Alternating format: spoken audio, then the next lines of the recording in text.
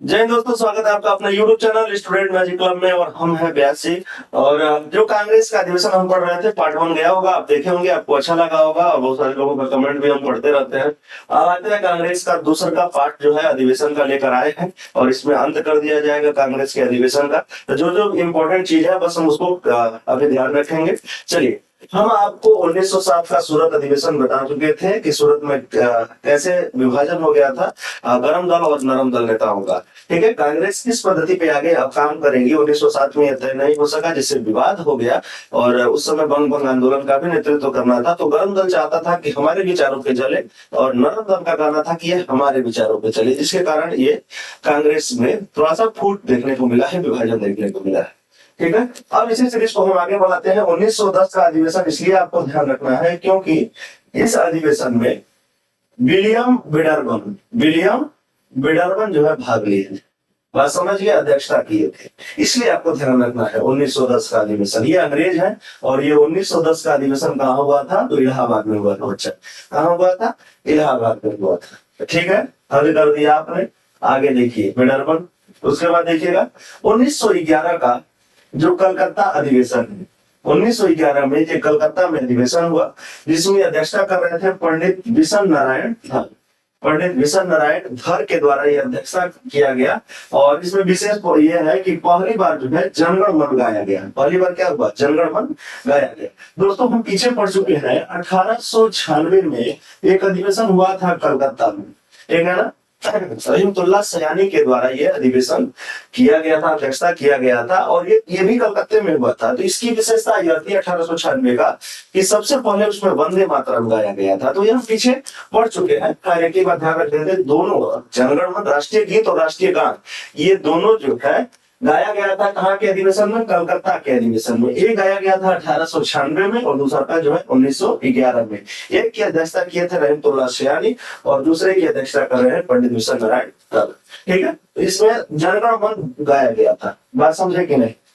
आगे देखिएगा, ये 1912 वाला बांकीपुर का अधिवेशन इसलिए महत्वपूर्ण है कि ये खुद पटना में हुआ था।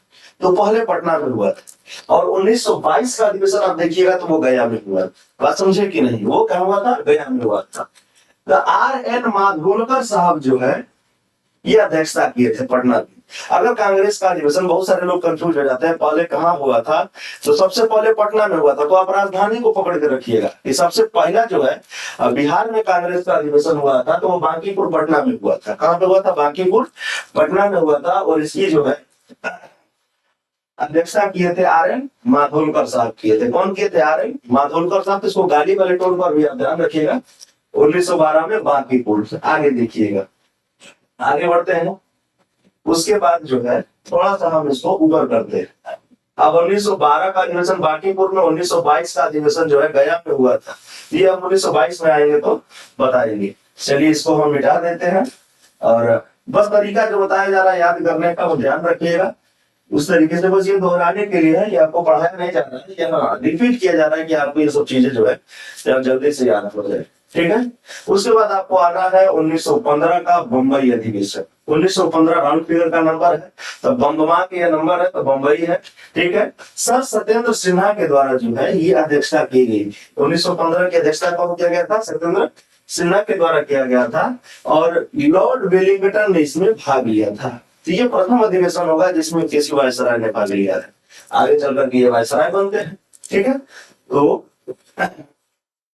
सत्येंद्र प्रसन्न सिन्हा के द्वारा ये 1915 का बम्बई अधिवेशन ध्यान रहे तो ठीक है, लेकिन इनको जरूर ध्यान रखिएगा कि वो कौन सा अधिवेशन है जिसमें एक वायसराय जो आगे चल करके होते हैं वो भाग लिए हैं। तो 1915 का अधिवेशन होगा, बम्बई में हुआ होगा। ठीक है, उसके बाद देखिएगा 1916 का अधिवेशन, ये लखनऊ में हुआ था। कहाँ हुआ था? 1916 में लखनऊ में। और ये अंबिका चरण मजूमदार। और इसमें क्या हुआ था? मुस्लिम लीग से समझौता हुआ था। और उसमें एक काम और हुआ था कि गरम दल और नरम दल के नेता जो है आपस में मिल गए थे। जो 1907 के सूरत अधिवेशन में विभाजन हुआ था उनका फिर मिलन कहाँ हो गया? आकर के लखनऊ में। कहाँ हुआ? लखनऊ में। तो ये बड़ा हाईलाइटेड अधिवेशन है 1916 का लखनऊ अधिवेशन। तो 1916 के लखनऊ अधिवेशन में जब सब एक ही साथ मिल गया, मुस्लिम लीग के भी सदस्य शामिल हुए, गरम दल के नेता नरम दल के नेता के बीच समझौता हो गया, तो सब एक ही साथ मिल गया, तब मजा आ गया। तब मजूमदार मजा आ गया तो मजूमदार, सब एक ही साथ मिल जाएगा तो नहीं मजा आ जाता है, तो मजा हो गया था यानी कि मजूमदार। बात समझ में कि नहीं? तो 1916 का जो अधिवेशन है इसमें सब मिल गया था, मजा आ गया तो मजूमदार इसकी अध्यक्षता किए थे, और सब मिलना यानी कि मुस्लिम लीग, गरम दल, नरम दल के नेता भी मिल गए थे। और 1907 का जो अधिवेशन हुआ था सूरत में, उसमें क्या हुआ था, रास नहीं आया था सबको, एक दूसरे का चेहरा लोग देखना नहीं चाह रहा था, एक दूसरे के विचारों को नहीं समझ पा रहा था, तो इसलिए रास नहीं आया तो अलग हो गया था। तो पहला विभाजन अपना वहां देख लिया गया था। उसके बाद हम 1916 का लखनऊ अधिवेशन देख ले रहे थे। आगे देखिएगा 1917, बाबू ध्यान रखिएगा, हर 8 साल पे महिलाओं का अधिवेशन हुआ है, जिसकी अध्यक्षता महिला ने की है, हर 8 साल पे। बात समझ में? जैसे 1917 हो गया, 1917, इसमें 8 जोड़िएगा 1925 हो जाएगा, इसमें 8 जोड़िएगा 1933 हो जाएगा। तो ये हर 8 साल पे आपको महिला देखने के लिए मिलेंगी, जिसकी अध्यक्षता महिला ने किया था। बात समझ में? तो 1917 का अधिवेशन आपको इसलिए याद रखना है ताकि ये महिला है, ठीक है। और वो महिला कौन है? श्रीमती एनी बेसेंट, प्रथम महिला अध्यक्ष। कांग्रेस की प्रथम महिला अध्यक्ष कौन होंगे? Shrimati Annie Besant. कांग्रेस इस समय अपने चरम स्थिति पे है, गांधी जी भी भारत आ चुके हैं। बात समझ गए? गांधी जी 1917 चल रहा है, गांधी जी भारत आ चुके हैं और कांग्रेस में एक तीव्र गति आ गई है, और उसकी अध्यक्षता कौन की थी? Shrimati Annie Besant. तो प्रथम महिला अध्यक्ष के नाम से जानी जाएंगी, ठीक है। 1925 में, जैसे अगर हम आपको ऊपर करें, देखिएगा 1925 में देखिएगा कानपुर में अधिवेशन हुआ था श्रीमती सरोजनी नायडू के द्वारा, और जो 1933 में जो अधिवेशन हुआ था तो उसकी अध्यक्षता नलिनी सेन गुप्ता जी की थी। तो ये भी आपको आगे मिलेगा, ठीक है। तो बस आप ध्यान रखिएगा कि महिला आएंगी तो हर 8 साल पे आएंगी, महिला आएंगी तो कितने साल में बच्चा? हर 8 साल में महिला आएंगी। बात समझ गए? ये बात आप ध्यान रखिएगा। चलिए, तो 1917 का अधिवेशन ध्यान रखिएगा इसलिए क्योंकि वो महिला ने अध्यक्षता किया था, इसका कौन किया था? महिला ने, ठीक है। श्रीमती एनी बेसेंट, और ये प्रथम महिला थी। तो हर 8 साल में महिला आती है, तो बस ये पकड़ने के लिए है कि हाँ ये चीजें ध्यान में रहेगी, ठीक है। 1918 में कांग्रेस का दूसरा का विभाजन हो गया, बस इस बात से आप इसको ध्यान रखिएगा। हसन इमाम साहब से बात समझ गए, हंस दिया, विभाजन हो गया, ठीक है। उसके बाद 1920 का अधिवेशन नागपुर का, आप ध्यान रखिएगा, ये थोड़ा सा हम उसको ऊपर कर देते हैं, ठीक है। 1920 का अधिवेशन बस नागपुर, इसलिए ध्यान रखिएगा ये, ताकि इसी में क्या हुआ था, असहयोग आंदोलन जो है, असहयोग आंदोलन का प्रस्ताव पास हुआ था। बात समझ में? तो 1920 का अधिवेशन नागपुर के अधिवेशन में ये हुआ था, ठीक है। आगे देखिएगा, आगे देखिएगा, और कुछ विशेष अधिवेशन भी हुआ है, तो 3 विशेष अधिवेशन भी हुआ है, तो आप उसको भी थोड़ा सा ध्यान दे दीजिएगा। चलिए, एक विशेष अधिवेशन जो है 1918 में हुआ था, एक विशेष अधिवेशन 1920 में मिलेगा, ठीक है। आगे देखिएगा, और एक विशेष अधिवेशन जो है 1923 में आपको मिलेगा। ये वहां पे विशेष अधिवेशन का एक क्रम भी आपको करके लिख लीजिए, बता दिए हैं डेट। उसके बाद आते हैं, थोड़ा सा इसको और निदान कर दे ताकि आप ये देख जाए, कुछ होने लगता है, फिर वही बात। आगे देखते हैं, 1923 का विशेष अधिवेशन इसलिए ज्यादा जरूरी है कहीं कि इसकी अध्यक्षता सबसे युवा ने की। बात समझ गए? कौन किया था? सबसे युवा अध्यक्ष थे। देखिएगा, तो 1923 का दिल्ली अधिवेशन 1923 का दिल्ली अधिवेशन हो गया भाई, दो पढ़ाने दो। 1923 का दिल्ली अधिवेशन, अबुल कलाम आजाद कांग्रेस के अध्यक्ष पद पे सबसे अधिक अध्यक्षता करने वाले यही है, अबुल कलाम आजाद, और सबसे युवा अध्यक्ष के लिए इनको जाना जाता है। तो सबसे युवा का ही दिल धड़कता है दिल्ली, ध्यान रखिएगा। बात समझे कि नहीं? और 1924 का अधिवेशन, बाप रे बाप, बेलगाम, ये बेलगाम अधिवेशन गांधी जी खुद अध्यक्षता किए थे। बात समझ गए? इसलिए ये प्रसिद्ध है। तो गांधी जी किस अधिवेशन की अध्यक्षता किए थे? तो बेलगाम अधिवेशन की, वो 1924 में हुआ था, इसलिए इसको ध्यान रखिएगा। 1925 आया बाबू 8 साल पे, तो श्रीमती सरोजनी नायडू थी प्रथम भारतीय महिला अध्यक्ष थी। एनी बेसेंट तो यहाँ की नहीं थी, बात समझ गए कि नहीं? तो श्रीमती सरोजनी नायडू जो है ये भारत की थी, और ये प्रथम भारतीय महिला अध्यक्ष के रूप में जानी जाएंगी। बात समझ गए? और 1926 का गुवाहाटी अधिवेशन, ये आप इसलिए ध्यान रखिएगा, श्रीनिवास आयंगर की अंग में जो अंगिया पहनना है वो खादी का पहनना है। अंग में जो अंगिया पहनना, अंगिया वस्त्र को कहा जाता है, ये गुवाहाटी में हुआ था। तो 1926 का अधिवेशन गुवाहाटी में रखा गया था और अंग में अंगिया पहनने के लिए खादी को अलाउ किया गया था कि सभी सदस्य जो है खादी वस्त्र जो है अपने से पहन करके आएंगे। ठीक है, आगे बढ़ते हैं, थोड़ा सा इसको ऊपर कर दें ताकि आपको ये दिख जाए। आगे देखिएगा, सबसे हाईलाइटेड अधिवेशन है 1929 का अधिवेशन। ये बार बार पूछा हुआ है, अब इतना बार पूछा हुआ है कि कैसे बताएं कितना बार पूछा हुआ है। चलिए, जो अभी हम इम्पोर्टेंट इंपोर्टेंट बता रहे हैं, देखिए हम पढ़ा नहीं रहे हैं आपको, बस वो चीजें आसान कर रहे हैं जैसे आपको लगे। जब ये पढ़ाया जाएगा उस जगह पे आया जाएगा तो वहां पे पढ़ाया जाएगा, तो इससे अच्छा पढ़ाया जाएगा, घबराइएगा नहीं। बस आपको जल्दी जल्दी कैसे भी याद रहे, दिमाग में बता है, इस वजह से। आगे देखिएगा, 1929 का लाहौर अधिवेशन। 1928 में नेहरू रिपोर्ट प्रस्तुत हुआ था और जब मोतीलाल नेहरू जो गए थे, इनकी बातों को नहीं माना गया था, इनके साथ इनके बेटे जवाहरलाल नेहरू भी चल गए थे। तो वहां पे नेहरू जी का बात नहीं सुना गया, मोतीलाल नेहरू का, उनको भगा दिया गया और उन्हीं के साथ जवाहरलाल नेहरू गए थे। तो जवाहरलाल नेहरू के मन में खुन्नस था और 1929 में इनको कांग्रेस के अधिवेशन की अध्यक्षता में मिल गई। अब उनका एक ही मांग था, पूर्ण स्वराज की बात, पूरे कांग्रेस की मांग था। पूरे कांग्रेस में पूरा भारत समाहित है, तो पूरे भारत की एक ही मांग हो गई, उस समय क्या, पूर्ण स्वराज। तो पूर्ण स्वराज, पूर्ण मतलब पूरा, स्व मतलब अपना, राज मतलब पूर्ण भारतीयों का राज होना चाहिए भारत पे। अब कांग्रेस का एक ही लक्ष्य है, पूर्ण स्वराज। तो 1929 के लाहौर अधिवेशन। 1931 का कराची अधिवेशन इसलिए प्रसिद्ध है कहीं यहाँ पे सबसे पहले मौलिक अधिकारों का प्रस्ताव जो है पारित हुआ था। सरदार वल्लभ भाई पटेल इसकी अध्यक्षता किए थे। आगे बढ़ते हैं, अब आइए 1933 का कलकत्ता अधिवेशन।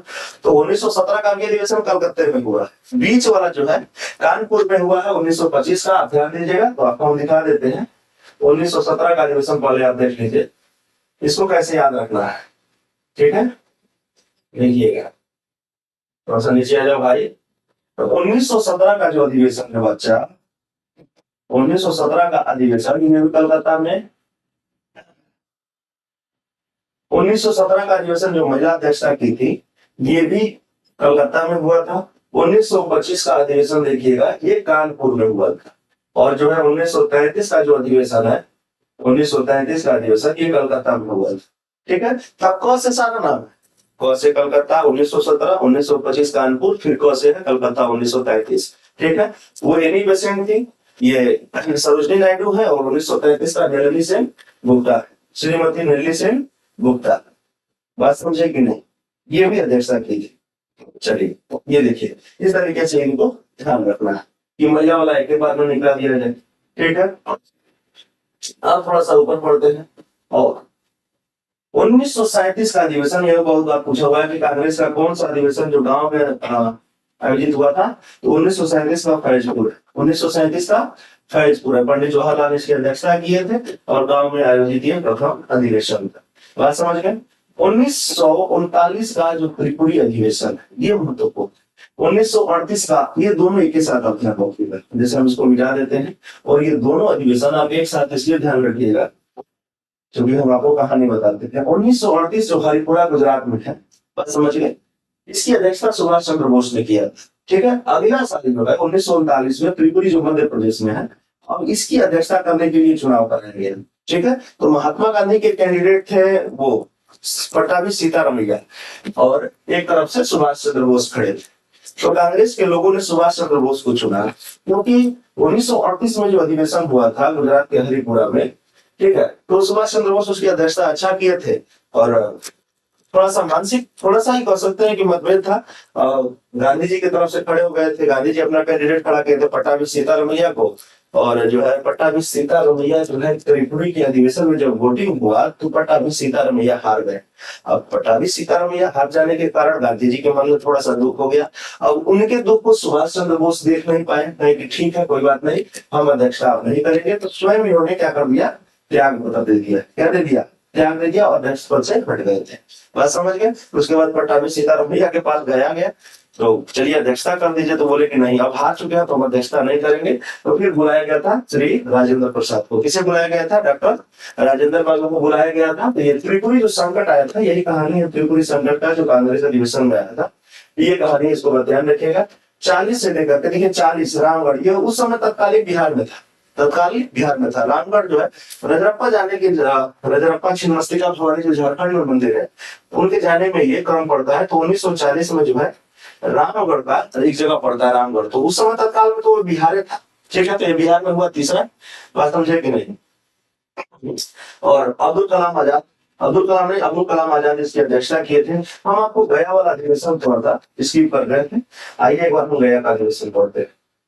1922, 1922 का अधिवेशन जो है देखिएगा, ये गया में हुआ था, ये थोड़ा सा स्किप हो गया, इसलिए थोड़ा सा ध्यान रखिएगा। 1912 का अधिवेशन है, माधवलकर साहब किए थे बांकीपुर पटना में, और उसी के ठीक 10 साल बाद गया में हुआ था। तो पहले पटना हुआ है, उसके बाद गया हुआ है, कंफर्म ध्यान रख लीजिएगा। और सी आर दास, देशबंधु चित्तरंजन दास के द्वारा इसकी अध्यक्षता की गई थी। ठीक है बच्चा, आगे बढ़ते हैं। तो ये थोड़ा सा सिली मिस्टेक हो जाता है बाबू, और कोई बात नहीं है, और इसको थोड़ा सा अनुभव करते हैं ताकि आपको ये सब चीजें दिख जाए। चलिए देखिएगा, सब चीज को थोड़ा सा इरेज कर देते हैं ताकि जो देखने में दिक्कत ना हो, समस्या। कांग्रेस के पद पर 40 से लेकर के 46 तक रहे थे कौन, ये 45 तक अब्दुल कलाम आजाद रहे। बात समझ गया, सबसे युवा अध्यक्ष भी थे ये। 1946 में जो है आजादी के 1 साल पहले मेरठ में हुआ था। अच्छा एक बात बताइए, आजादी के लिए 1857 की क्रांति शुरू कहां से हुई थी, वो भी मेरठ से हुई थी। तो आजादी के 1 साल पहले ये भी अधिवेशन कहाँ होगा, मेरठ में होगा। आचार्य JB कृपलानी इसकी अध्यक्षता की गई थी। अब तो हमारे आजादी जेब में आ गया था ना 1946 में, तो आजादी के समय के अध्यक्ष रहे थे, इस बात से आप इसको ध्यान रखिएगा। चलिए उसके बाद है, थोड़ा सा हम इसको बड़ा कर दे, अब आपको दिख रहा होगा 1948 आजादी के बाद जय जय हो गया हम लोग का, तो जयपुर आजादी के बाद क्या हो गया, जय जय हो गया। तो जयपुर में इसका अधिवेशन हुआ था, और पट्टाभी सीतारमैया, पट्टाभी सीतारमैया। तो जय जयकार किसका होगा, पट्टाभी सीतारमैया का होगा, सीताराम का होगा जय जयकार। और आजादी के बाद तो वैसे भी जय जयकार हो गया। और 1950 का जो कांग्रेस का अधिवेशन था वो नासिक में पुरुषोत्तम दास टंडन के द्वारा हुआ था।